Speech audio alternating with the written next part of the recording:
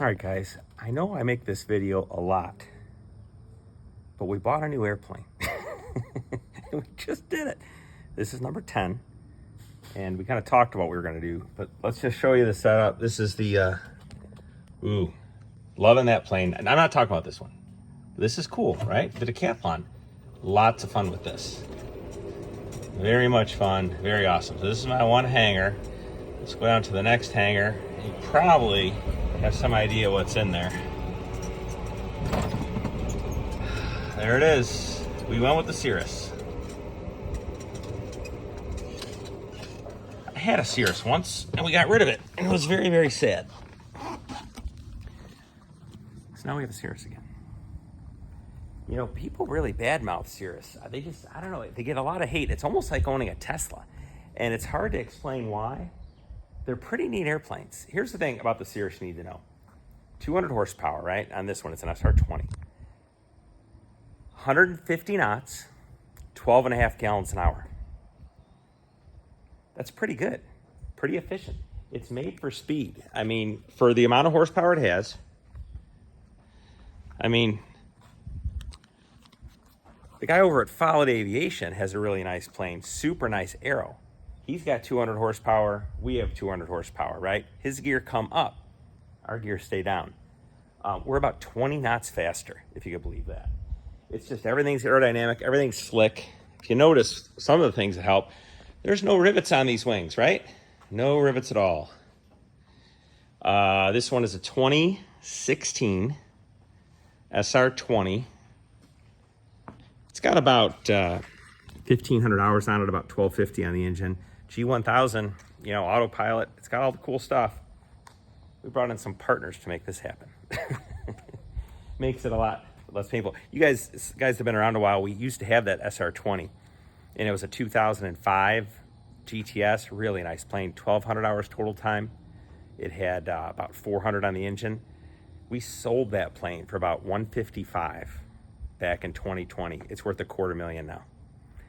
This thing, I mean, yeah, even a little bit more than that, as you can imagine, from a 2005 to 2016. But the partners make it doable. Let me try and get around the other side. We're going to start flying this a lot. We're actually going to fly this from Chicago. We're going to Cleveland on Monday with a few people. The neat thing about this plane, too, is it's actually, it's a 5-seater. But good luck if you want to put 5 people in it. Really, that 5th person's probably a kid. I've had 5 people in it. But that 5th one's a kid. I've made videos with this airplane before. I flew to Champaign, IFR in the clouds by myself. A couple other videos. It's a friend of mine who bought it, and now he's moving on to bigger and better things, and he was going to sell it. And just couldn't let it go. Let's take a look at this. The door. Much better opening than on the 05. Lift it up. There is just all kinds of wonderfulness in there. G1000, autopilot. And over here, one of the most amazing things you find on a small plane, air conditioning. Tell you what, in the summertime, that is a lifesaver. But just, I love the Cirrus, I do. These gorgeous wings, little almost winglet on the side, some static wicks. And I kind of get it. I think the problem with Cirrus people have is they're kind of expensive. So guys that buy them are guys that get the rating, they got a ton of money, and they just go buy a Cirrus. And it's, you know, kind of like the V-tailed Dr. Killer, right? They get a little bit of a bad rap. You watch Cirruses come in and land on the nose gear, and a lot of it's because inexperienced people buy them. They're not going to not let you buy one. But my buddy learned how to fly in this, and I just taught him right, and he did great. He lands on the mains. Nose gear doesn't touch down until the very end. It's funny, too, about the Cirrus. Our Cirrus was much lower to the ground right here. And the early Cirruses, they'd come in and they'd porpoise. Up and down, and then end up hitting the prop, taking out the engine. I think that's what happened to ours. That's why ours only had 400 hours on the engine with a 1,200 hour, you know, airframe. Shouldn't have had an engine yet, but they did. They nicked the prop. So what they did to fix it, instead of Cirrus pilots flying better, they just jacked it up. They made this distance really, really high. So, yeah, the prop is very far from the ground now. So it's going to be almost impossible. I'll tell you this, though, checking the oil even. I mean, I'm 6 feet tall, and I kind of need a little step ladder to do it. So it's kind of neat. Sits a little higher. So anyway, Let me know what you think. Do you hate Cirrus pilots? Do you hate Cirruses? I got the street cred. I got the decathlon in the other hangar. I could show you again.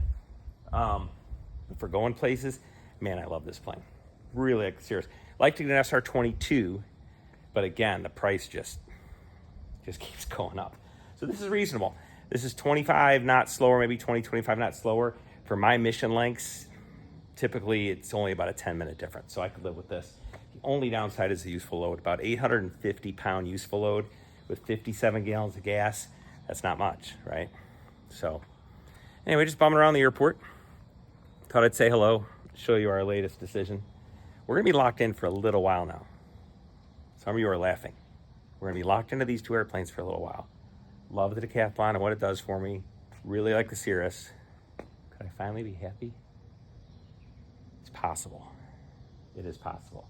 Stay tuned to find out what we do next. We'll try and make some videos in this airplane again too. There's a video, look up Maddie Flies the Cirrus, and it's in this airplane. And you always like looking at Maddie. Go look at that video again. So anyways, thanks for stopping by.